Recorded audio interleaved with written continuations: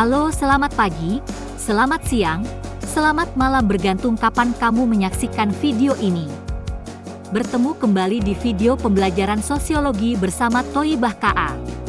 Untuk pembahasan kali ini, yuk kita belajar bareng tentang sejarah sosiologi. Apakah kamu pernah mendengar istilah sosiologi? Kamu mungkin bertanya apakah itu sosiologi dan mengapa kita perlu mempelajarinya. Di sekolah menengah pertama, kamu telah mengenal sosiologi sebagai bagian dari pelajaran IPS. Di kelas 10 ini, kamu akan belajar lebih mendalam tentang sosiologi sebagai bagian dari ilmu sosial yang membahas fakta sosial masyarakat secara objektif. Untuk pembahasan kali ini, yuk kita belajar bareng tentang sejarah perkembangan ilmu sosiologi.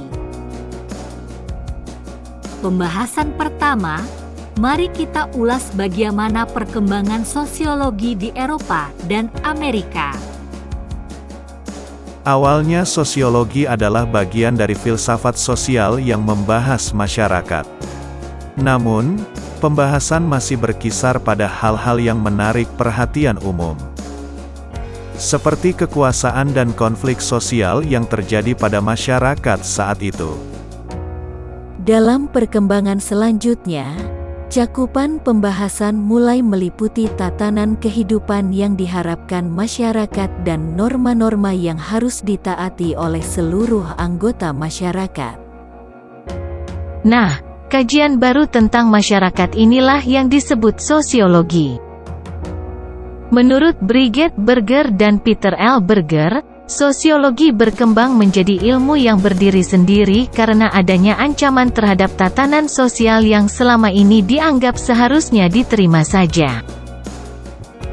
L. Leyendecker mengidentifikasi ancaman tersebut meliputi revolusi industri dan revolusi Prancis, kapitalisme pada akhir abad ke-15.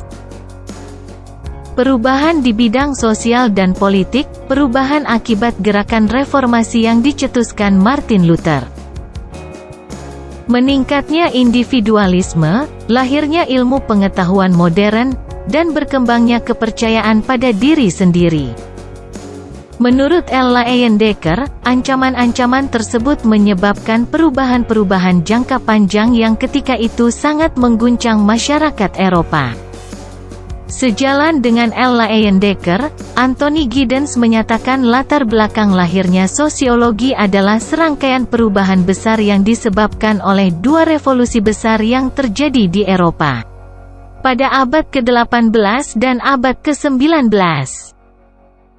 Kedua peristiwa tersebut secara permanen mengubah cara hidup manusia yang telah berlangsung selama ribuan tahun.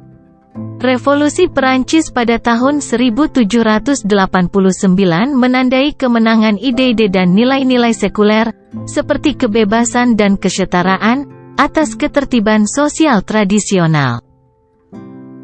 Revolusi industri mengubah tatanan sosial dan ekonomi masyarakat pada masa itu.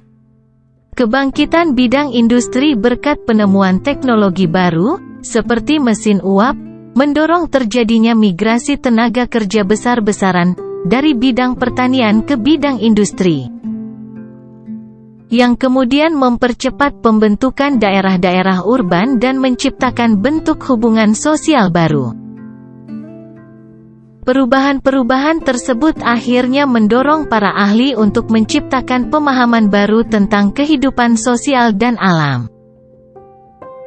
Nah, selanjutnya siapa sajakah para ahli sosiologi yang berperan besar dalam perkembangan sosiologi? Bagaimana pemikiran mereka sehingga memunculkan ilmu sosial baru bernama sosiologi? Simak di video selanjutnya ya, sampai jumpa di Sosiologi bersama Thoibah KA.